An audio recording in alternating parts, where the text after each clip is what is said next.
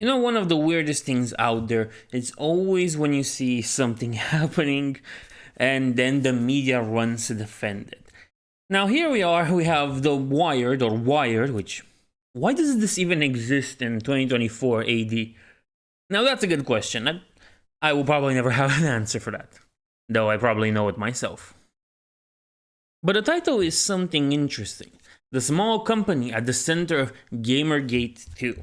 Now, the idea of Gamergate 2 started thanks to the whole Sweet Baby Detected group, which, granted, happened not because of the group itself, but because one or a few Sweet Baby Inc. employees decided to have the group reported. Same with the guy that made it. And keep that in mind, because as we go through this article, you'll see something interesting. Now, ignore that Black Library thing. I like books.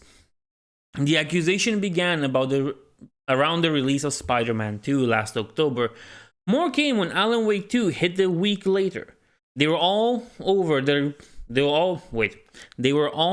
replies to the social media accounts of Sweet Baby Inc.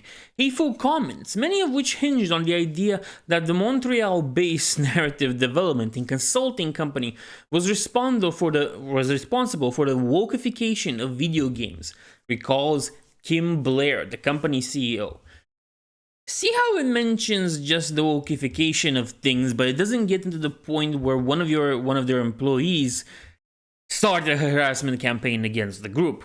You see, these people are very proud of what they're doing, of what they're saying, until you see them say it. Until you show the world what they are doing. That's when they don't become proud. That's when they become defensive. That's when they become evil. And when they become evil, everybody's gonna guard them. Unfortunately, it's the way this world works now. Yep, that's Warcraft 3. See? And I have a nice song here on Warcraft 3. Anyway. In the months following, the noise only increased. You made this character black, or you added these gay characters, or you ruined the story. Which, granted, it's hard to ruin stories nowadays in modern games, because they're all bad. Almost all of them, okay? I'm not gonna go that far. Belair says of the comments, the tone of which she adds never changed. Neither have the demands of the people behind them. It's usually leave the industry, Blair says, or admits there's truth to wild conspiracy theories about being involved with investment company BlackRock. Sweet Baby is not. Or more succinctly, die. Now that one I've never seen. There is certainly a connection between diversity, inclusion, and equity, DIE, that comes from, all these companies like Sweet Baby Inc. and others like them, and ESG. You see? What was it again? Environmental social governance. There is a connection there between them. If it's not direct, it's still there. BlackRock doesn't have to fund Sweet Baby Inc., a subsidiary of Ghost Baby. Another weird name to pick for a company. BlackRock doesn't have to fund them. BlackRock just has to give money to a company, and they'd be like, okay, you hire one of these consultancy, whatever thingies, companies, to make sure your game is ESG enough. There doesn't need to be a direct connection. It doesn't have to link from one point to the other. It can link indirectly. But no, we have to ignore that. No, don't believe your lying eyes. Don't believe what you've seen so many times around. Now, where was it? Online, those clamoring for Sweet Baby's demise are calling it Gamergate 2, which is a bad name, but whatever, involving the online harassment campaign that erupted into a culture war a decade ago. Oh boy. Now we're gonna have more Gamergate crying, because that's like the big boogeyman for journalists. Apparently, keeping people to their integrity and standards and professional standards is considered harassment. But since Gamergate, we've kind of seen that journalism isn't what it used to be anymore. Gamergate formalized the playbook for online harassment used by hate groups and the far right. That's always a funny one, the far right. Though its definition includes many things, even people that are not far right, or ideas that are not far right to begin with. It inspired figures who later trapped that outrage and rise all the way to the position to positions of power, such as chief strategist in the White House. Of course. Yes, because Donald Trump got put in because of Gamergate. The two movements do share a handful of similarities: harassment campaigns flooded with falsehoods and accusations bordering on conspiracy, attack aimed primarily at women and people of color. The idea that video game culture for cis white men is being stolen from them. Now, granted, there is a lot to talk about white people and what's being taken and what's being given, and this overwhelming hatred. But you know what? That's not the point of this one. This is used just as an accusation, something to dismiss real concerns. And it's easy to see why. Because they want to diminish the enemy. Make the friend-enemy distinction where that guy's your enemy. And you can paint him in all the colors in the world, or all the brown shades, all the shades of brown out there, and people will try to trust him less. Now, that is, when I say people, I refer to people that don't really think that much, or can't see behind, that can't see the forest from the trees, or honestly have their own agenda. Because never forget, stupidity always comes with evil. Most of the times when it comes to these people. There is no difference. Somebody can be both stupid and evil at the same time. Now, let's continue. Where was it? Okay, here. People want to believe that our work is surgically removing the things that they would have liked. Changes the line. Make this line less racist, she says. That's just not the reality of it. It's hard to believe that when you see the games they worked on and their state, but sure. Oh, let's look at the God of War Ragnarok. Everybody goes, oh, it's good, but that game only sold because of the IP, only because it's a God of War. And God of War is a beloved series. The game that always tells you what to do and the solution to puzzles and so on isn't that great. But you know what? Let's move on. It's no coincidence that the campaign against Sweet Baby is taking place during a contentious election year, whatever. Large-scale harassment campaigns like this are fueled by political events, reads a statement from the mental health nonprofit Take This, whose research director, Rachel Cowart, interesting name, is an expert on extremism and radicalization in video games.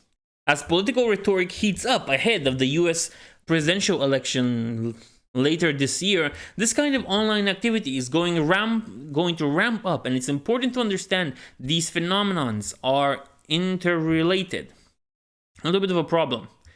There was no harassment campaign. Remember when I told you in the beginning that it all started because a Sweet Baby Inc. employee wanted somebody to get harassed and be like, report this group, report his account, make him lose everything? Yeah. Now again, the group was reported. Steam decided, no, there's nothing bad here. The curator remained up and the guy kept his account. Issue is, they're not saying that. They're not saying where it all started. And that's quite funny. It's a war of aggression, but never is it stated that the aggression came from their side. It's never stated that Sweet Baby threw the first stone. No. But that's not important. That doesn't win you sympathy points. That doesn't align well with the message, with the agenda, with everything. Let's see.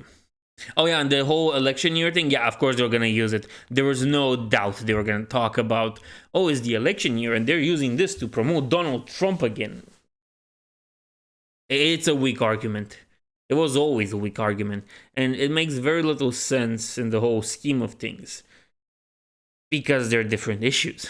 At this point, we're talking about a Steam group that was made by a Brazilian. Yes, a Brazilian. And the US election.